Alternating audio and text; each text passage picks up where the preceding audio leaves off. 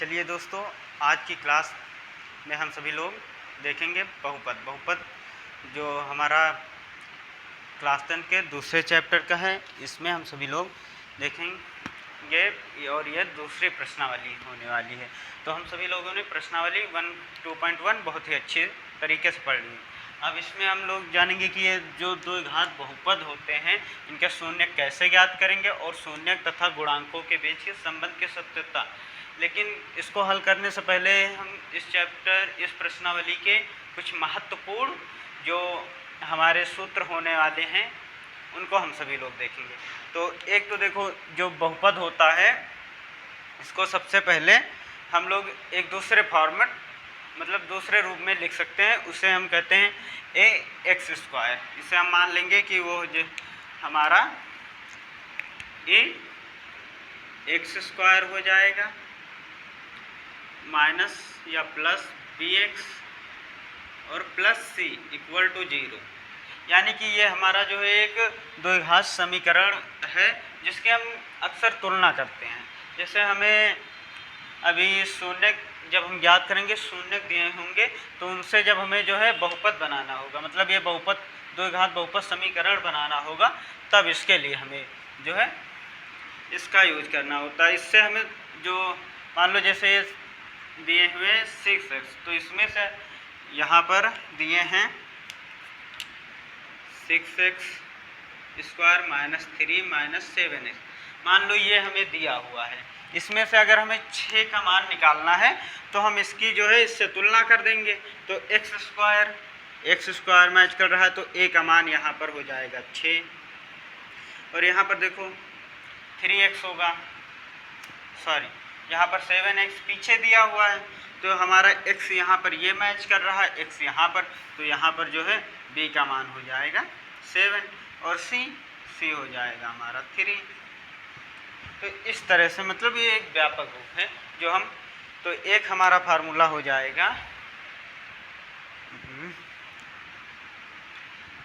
एक तो बहुपद में सबसे ज़रूरी हमारा हो जाता है ये, और फिर दूसरा हमें पता होना चाहिए शून्यकों का योगफल, यानी कि शून्य का योगफल क्या होता है।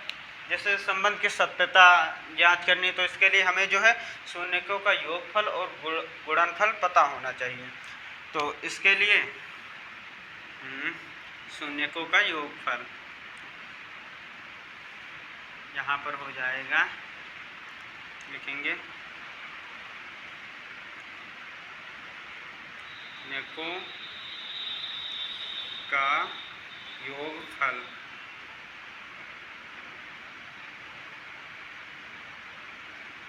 = शून्यकों का एक फल, हम हेडिंग डाल देंगे, फिर लिखेंगे अल्फा प्लस बीटा = हमारा हो जाएगा -b/a। ये फार्मूला एक हो जाएगा। और शून्यकों का होता है गुणनफल, दो फार्मूले होते हैं। तो शून्यकों का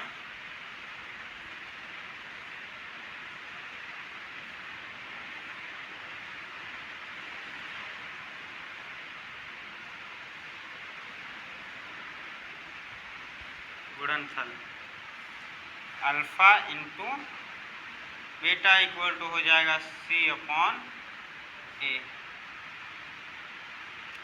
ये यानी कि 3 फार्मूला हैं। अगर ये 3 फार्मूला पता है तो हम प्रश्नावली 2.2 को बहुत ही आसानी से हल कर सकते हैं।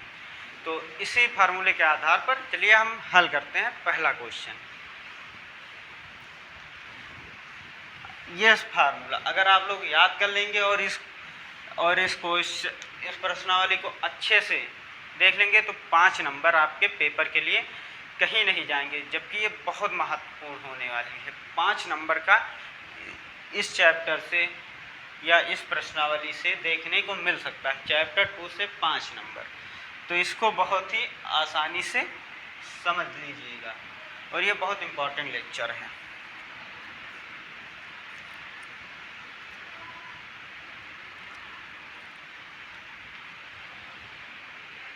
तो हमारा क्वेश्चन पहला है पहला यहाँ पर दिए हैं x² माइनस 2x माइनस 8, यानी कि ये हमें द्विघात समीकरण दिया गया हुआ है, द्विघात समीकरण दिया हुआ है। और फिर हम सब लोग अब देखेंगे इसको हल कैसे करना है। तो देखो सबसे पहले हम यहाँ पर देखेंगे कि x के आगे कौन सी संख्या है। मान लो अगर कोई संख्या नहीं है तो यहाँ पर 1 होगा, अगर कोई संख्या नहीं है तो यहाँ पर 1 होगा। अगर कोई संख्या होती तो इसका हम गुणा यहाँ से करते, फिर जो आता उसका ऐसे दो कोई संख्या निकालते जिसको जोड़ने या घटाने पे जो है हमारा बीच में ये प्राप्त हो, और गुणा करने पर पीछे का आए। तो यहाँ पर 1 है, 8 का गुणा 1 से करेंगे तो 1 वो 8 आएगा, और 8 के हमें कोई ऐसे गुणनखंड करना है जिससे कि जोड़ने घटाने पर 2 आए और गुणा करने पर 8 आए। तो ऐसी दो संख्या हमें चाहिए। तो दो संख्या वो हो सकती हैं x² और यहाँ से प्लस में 4x और माइनस में 2x और माइनस का 8 इक्वल टू 0 हो जाएगा। क्योंकि देखो जब जो है यहाँ पर हम 4 का 2 से गुणा करेंगे तो 8 आ जाएगा, और 4 ये प्लस का है और यहाँ ये माइनस, सॉरी बड़ा माइनस का होगा छोटा प्लस का, ये माइनस का ये प्लस का, तो यहाँ पर 2 बचेगा, माइनस का 2 बचेगा, जो कि हमारा माइनस का 2 यहाँ पर है। तो अब इसको हम आगे हल करते हैं। तो देखो यहाँ पर x² है और यहाँ x है तो x कॉमन हो जाएगा x माइनस 4 यहाँ पर आ जाएगा, और यहाँ पर प्लस है, यहाँ पर 2 कॉमन आ जाएगा और x माइनस 4, 2 से ये भाग हो जाएगा, यहाँ पर 4 बचेगा इक्वल टू हो जाएगा 0। अब यहाँ से x माइनस 4 दो जगह हैं तो यहाँ से हम इसको ले लेंगे, ये हमारा कॉमन आ जाएगा। x माइनस 4 एक ब्रैकेट में हो जाएगा और एक में हो जाएगा x प्लस 2 इक्वल टू 0। तो हम यहाँ पर अब लिखेंगे यदि x बराबर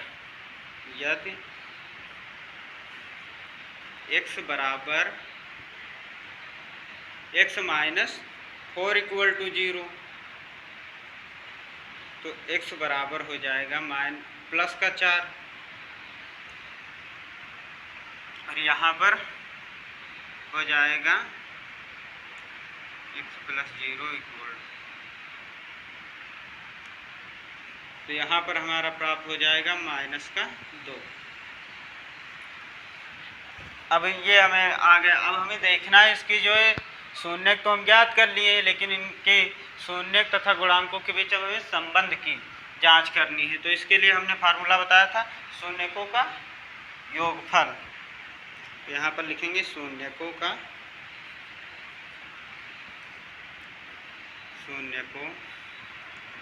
योगफल।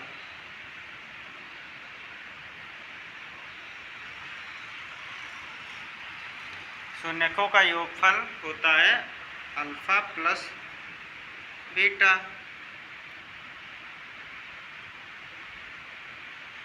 और होता है equal to minus b upon a। तो अल्फा हमारा हम मान लेंगे 4 है, प्लस का और ये प्लस होगा, यहाँ पर माइनस 2 हो जाएगा और इक्वल टू ये माइनस और हमें b। हम जब तुलना करेंगे तो यहाँ पर हमें 2 प्राप्त होगा माइनस का, और बट्टे यहाँ पर 1 है, तो आगे यहाँ पर हो जाएगा 4 प्लस माइनस 2 और इक्वल टू माइनस 2 अपॉन 1।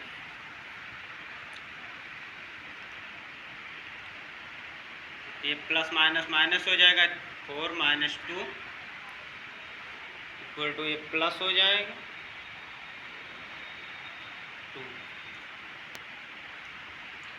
दोनों तरफ बराबर है यानी कि ये सही है। फिर इधर हम इसी तरह शून्यकों का गुणनफल ज्ञात कर लेंगे।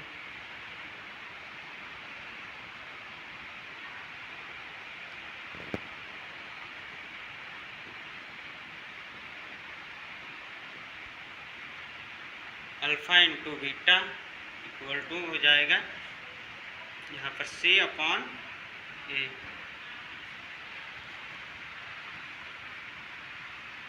तो हमारा अल्फ़ा हो जाएगा 4 और गुणे माइनस का 2 हो जाएगा।